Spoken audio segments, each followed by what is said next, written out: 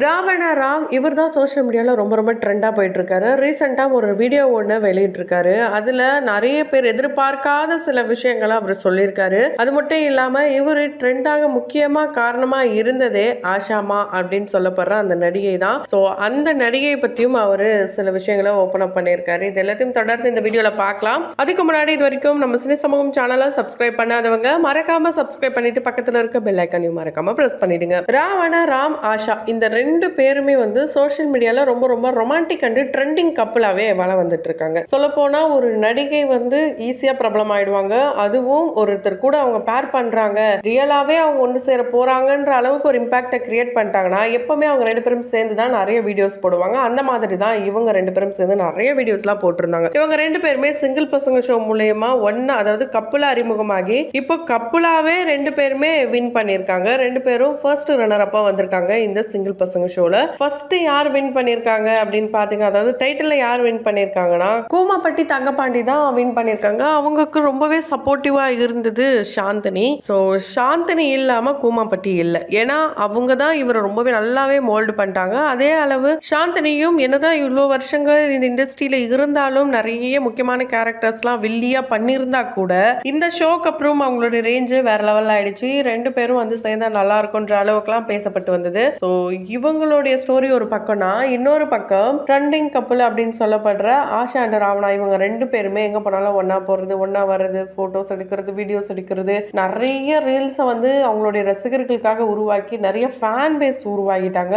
அவங்கலாம் வந்து இவங்களை ஆசைப்பட்டு நீங்க ரெண்டு பேரும் சேர்ந்து ஒன்னா இருந்தீங்கன்னா நல்லா இருக்கும், ரியலா மேரேஜ் பண்ணிக்கோங்க. ஏன்னா இந்த ப்ரப்போசல் ரவுண்ட்லாம் பார்த்துட்டு கன்ஃபார்மே பண்ணிட்டாங்க நிறைய பேர். ஏன்னா இவங்க ரெண்டு பேரும் சேர்ந்தாதான் கரெக்டா இருக்கும், நீங்க ரெண்டு பேரும் செம்மையா இருக்கீங்க, இப்படிலாம் வந்து நல்ல பாசிட்டிவான ரிவ்யூஸ் நம்ம சேனல்ல கூட அப்டேட் பண்ணியிருந்தோம். இதுல நம்ம அந்த ஒரு வீடியோலயே ஹஸ்பண்ட் அண்ட் ஒய்ஃப்னு மென்ஷன் பண்ணியிருப்போம். அப்போ அந்த வீடியோட கமெண்ட்ஸ்ல நிறைய பேர் ஏன் நீங்க ரெண்டு பேரையும் ஹஸ்பண்ட் அண்ட் ஒய்ஃப்னு சொல்றீங்க, ட்ரெண்டிங் கப்பல் இல்லைன்னா ரொமான்டிக் கப்பல் இது போல சொல்ல வேண்டியதானே, எதுக்கு ஹஸ்பண்ட் அண்ட் ஒய்ஃப் யூஸ் பண்றீங்க அப்படின்னு கேட்டிருந்தீங்க. ஸோ அதுக்கான பதிலாக கூட இதை எடுத்துக்கலாம். ஏன்னா அந்த ப்ரப்போசல் ரவுண்ட் அப்போ ராவணராம் வந்து ஆஷாவை பார்த்து கேட்டிருப்பாரு, எங்க அப்பா வந்து உனக்கு மாமனார்னா, எங்க அம்மா உனக்கு மாமியார்னா, நான் உனக்கு யாரு அப்படின்னு கேட்கும்போது என்னுடைய புருஷன் அப்படின்ட்டு இவங்க சொல்லியிருப்பாங்க. அதுக்கப்புறம் தான் இது ஷோக்காக கிடையாது அப்படின்ட்டு அவங்களுடைய கையை எடுத்து அவருடைய நெஞ்சு கிட்ட வைப்பாரு. ஸோ கண்டிப்பா எல்லாருமே பார்த்து இருந்திருப்பீங்க. பார்க்காதவங்களுக்காக இந்த ஒரு கிளாரிஃபிகேஷன் கூட சொல்லலாம். அதனால தான் நம்ம அந்த வீடியோல ஹஸ்பண்ட் அண்ட் ஒய்ஃப் அப்படின்னு மென்ஷன் பண்ணியிருந்தோம். ஸோ இது அப்படியே அடுத்து ஃபினாலேக்கு வரும்போது ரெண்டு பேரும் மேரேஜ் ஆனா எப்படி இருப்பாங்க, அந்த ஒரு மனக்கோலத்திலேயே இருந்திருப்பாங்க. இவங்களுடைய ஃபேன்ஸ்லாம் நீங்க ரெண்டு பேரும் ரியலா ஒன்னா சேர்ந்தா நல்லா இருக்குன்ட்டு மாலெல்லாம் மாற்ற வச்சாங்க. அது பார்க்கும் போதே அட எப்படி இருக்கு அப்படின்ட்டு அவங்களுடைய ஃபேன்ஸ்க்கு ஒரு ஹாப்பினஸ் தான். ஏன்னா சின்னத்திரையை பொறுத்த வரைக்கும் ரீலா யாரெல்லாம் பேர் பண்றாங்களோ இப்போ ரீசன்ட் டைம்ல அவங்க எல்லாரும் ரியலா பேர் பண்றாங்க. அதனாலேயே இப்போ நிறைய நடிகைகள் ஆஃப்டர் மேரேஜுக்கு அப்புறம் கூட ஆக்ட் பண்ண வர்றதுனால ரீசெண்டா இப்போ அந்த மாதிரியான பிரச்சனைகள் இல்ல. ரியாலிட்டி ஷோல இவங்க ரெண்டு பேரும் சேர்ந்தா நல்லா இருக்கும் அப்படின்னு சொல்ற மாதிரி தான் இப்போ இந்த பிக் பாஸ் ஷோவா இருக்கட்டும், இப்போ சிங்கிள் பசங்க ஷோவா இருக்கட்டும், இந்த மாதிரி ஷோஸ்லாம் பார்த்து இவங்க ரெண்டு பேரும் ஒன்னா சேர்ந்தா நல்லா இருக்கும் அப்படின்ட்டு ஆடியன்ஸ் எதிர்பார்க்கிறாங்க. அதுக்காக தான் இவங்க ஒரு கண்டென்ட் அப்படின்னு தான் சொல்ல முடியும். ஏன்னா ராவணன் வந்து ஒரு வீடியோ இப்போ ரிலீஸ் பண்ணியிருக்காரு. அதுல சிங்கிள் பசங்க ஷோ பத்தி எல்லாருக்கும் தேங்க் பண்ணியிருப்பாரு. ஃபர்ஸ்ட் ஆஃப் ஆல் ஏன்னா இது உங்களுக்கு செட் ஆகாது அப்படின்னு சொல்லி தான் கூப்பிட்டு இருந்தாங்களாம். இருந்தாலும் ஓகே உங்களுடைய ரேஞ்ச் வேற லெவல்ல மாறும், நீங்க வந்து ஓகே பண்ணுங்க அப்படின்னு சொல்லி இவரை செலக்ட் பண்ணியிருக்காங்க. இவரு ஒரு ரக்கடான பையங்க. ரொமான்டிக் சைட்னா என்னன்னே இவருக்கு தெரியாதாம். ஆனா இந்த ஷோக்கு அப்புறம் ரொமான்டிக் பர்சனா மாத்திடுச்சாம். அதுக்காக ஃபர்ஸ்ட் ஆஃப் ஆல் நன்றி சொல்லியிருக்காரு. எப்பவுமே வந்து ஒரு கோபமா ஒரு ரக்கடா இந்த பெண்கள் கிட்ட எல்லாம் பேசவே மாட்டாராம். பேசினா ஒரு மரியாதை, இந்த மாதிரி தான் போட்டோ எடுக்கிறது, ரீல்ஸ் எடுக்கிறது, இந்த மாதிரியான விஷயங்கள்லாம் பண்ணது கிடையாதாம். ஆனா இந்த சிங்கிள் பசங்க ஷோ வந்ததுக்கு அப்புறம் ஆஷா அவர்கள் கூட சேர்ந்துதான் இவர் நிறைய வீடியோஸ் எல்லாம் போட்டிருக்காரு. அதையும் சொல்லியிருப்பாரு.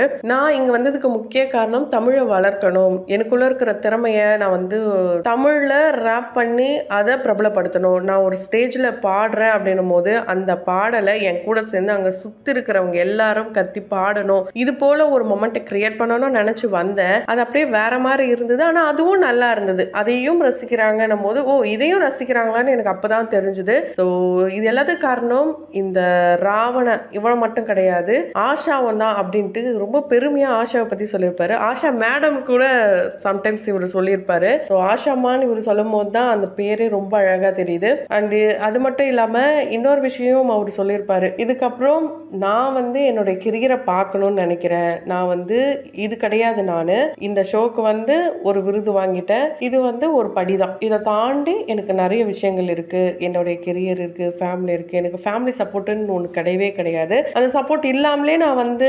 2021 இந்த கொரோனா டைம்ல தான் ஸ்டார்ட் பண்ணேன். கிட்டத்தட்ட ஒரு 4-5 வருஷமா தான் இருக்கேன். அதுக்குள்ள இந்த அளவுக்கு எனக்கு ரசிகர்கள் இருக்காங்க, இந்த அளவுக்கு எனக்கு அன்பு கொடுக்குறீங்க, சப்போர்ட் கொடுக்குறீங்க, எல்லாமே சந்தோஷமா இருக்கு. அதெல்லாம் பார்க்கும்போது இன்னும் நான் முன்னாடியே ஸ்டார்ட் பண்ணி இருந்திருக்கணுமோ அப்படின்னு நான் நினைக்கிறேன். இருந்தாலும் பரவாயில்ல, இப்போ ஸ்டார்ட் பண்ணிட்டேன். இதுக்கப்புறம் என்னுடைய கெரியர்ல நான் கான்சென்ட்ரேட் பண்ண போறேன். எனக்கு வந்து இப்போ அடுத்தடுத்து நிறைய ப்ராஜெக்ட்ஸ்லாம் வந்திருக்கு. ஆனால் நான் எதை சூஸ் பண்றதுன்னு எனக்கு தெரியல. ஏன்னா எனக்கு மென்டலி நான் ரொம்பவே டிப்ரெஷன்ல இருக்கேன், தூக்கம் இல்லை, நிறைய ஓவர் திங்க் பண்றேன், புதுசா என்னை நானே பார்க்குறேன். இதெல்லாம் கொஞ்சம் வந்து செட்டில் பண்ணதுக்கு அப்புறம் தான் நான் என்ன பண்ணணும், ஏது பண்ணணும், எந்த மூவி சூஸ் பண்ணணும், என்ன பாடல்கள் எழுதலாம், எப்படி பாடலான்ட்டு என்ன நானே ப்ரிப்பேர் பண்ண போறேன் அப்படின்ட்டு அவரை பத்தி ஃபர்ஸ்ட் சொல்லிட்டாரு. குறிப்பா நான் விஜய் டிவிக்கு போக மாட்டேன்னு நினைக்கிறேன், ஆனா இதை சொல்லலாமா வேணாமான்னு எனக்கு தெரியல.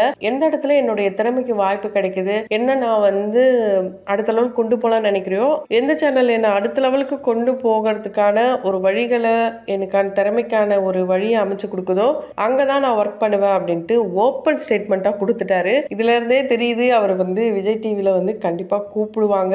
கூப்பிட்டு இருந்தாலும் இவரு நோ சொல்லியிருப்பார் போல இருக்கு. ஏன்னா பிபிலாம் கூப்பிட்டுருப்பாங்க. இந்த ஷோ ஸ்டார்ட் பண்ணதுக்கு அப்புறம் தான் கெமியை கூப்பிட்டாங்க, அவங்க பிக் பாஸ் போயிட்டு வந்துட்டாங்க, அதையும் அவர் சொல்லியிருப்பாரு. ஸோ இந்த பக்கம் இவருடைய கெரியர்ல கான்சென்ட்ரேட் பண்ணோம் அப்படின்ட்டு ஒரு முடிவு ஒண்ணு எடுத்திருக்காரு. இன்னொரு பக்கம் ஆஷாமாவை பத்தி சொல்லும் போது மேடம்க்கும் தேங்க்யூ அப்படின்ட்டு இல்ல ஆஷாமா அப்படின்னு சொல்லியிருப்பாரு. அண்ட் அவங்களுக்கும் நிறைய சின்னத்திரை வெள்ளித்திரை வாய்ப்புகள்லாம் வரணும், அவங்களுடைய ப்ராஜெக்ட்ஸ் எல்லாமே இதுக்கப்புறம் வெற்றி அடையணும்னு நான் நினைக்கிறேன், அவங்களும் அவங்களுடைய லைஃப்ல வேற லெவல்ல வரணும்னு நினைக்கிறேன் அப்படின்ட்டு அவர் வந்து தனித்தனியா அவங்களுடைய விஷஸா சொல்லியிருக்காரு. இதெல்லாம் பார்த்துட்டு வந்த கமெண்ட்ஸ், நீங்க 2 பேரும் சேர்ந்து இருந்தா தான் நல்லா இருக்கும், தனியா போயிடாதீங்க, நீங்க வந்து ஒன்னாவே இருங்க, அதுதான் எங்களுக்கு ரொம்ப ஆசை அப்படின்லாம் கமெண்ட் பண்ணியிருக்காங்க. இதெல்லாம் பார்க்கும்போது ஒரு கண்டென்ட் அவங்களுக்கு வந்து ஆடியன்ஸ்க்கு பிடிச்சிருக்கு, எதனால நம்ம வந்து விட்டுட்டு போனோம், இப்படியே ஒன்னா இருக்கலாம் இந்த ஷோ முடிவுல இருக்கும் அப்படின்னு நினைச்சிருப்பாங்க போல இருக்கு. அதனால தான் இவங்க 2 பேரும் வந்து இப்படி இருந்திருக்காங்க. ஒரு சிலர் இந்த நட்பு லைஃப் லாங் உங்களுக்கு இருக்கணும் அப்படின்னும் சொல்லியிருக்காங்க. ஸோ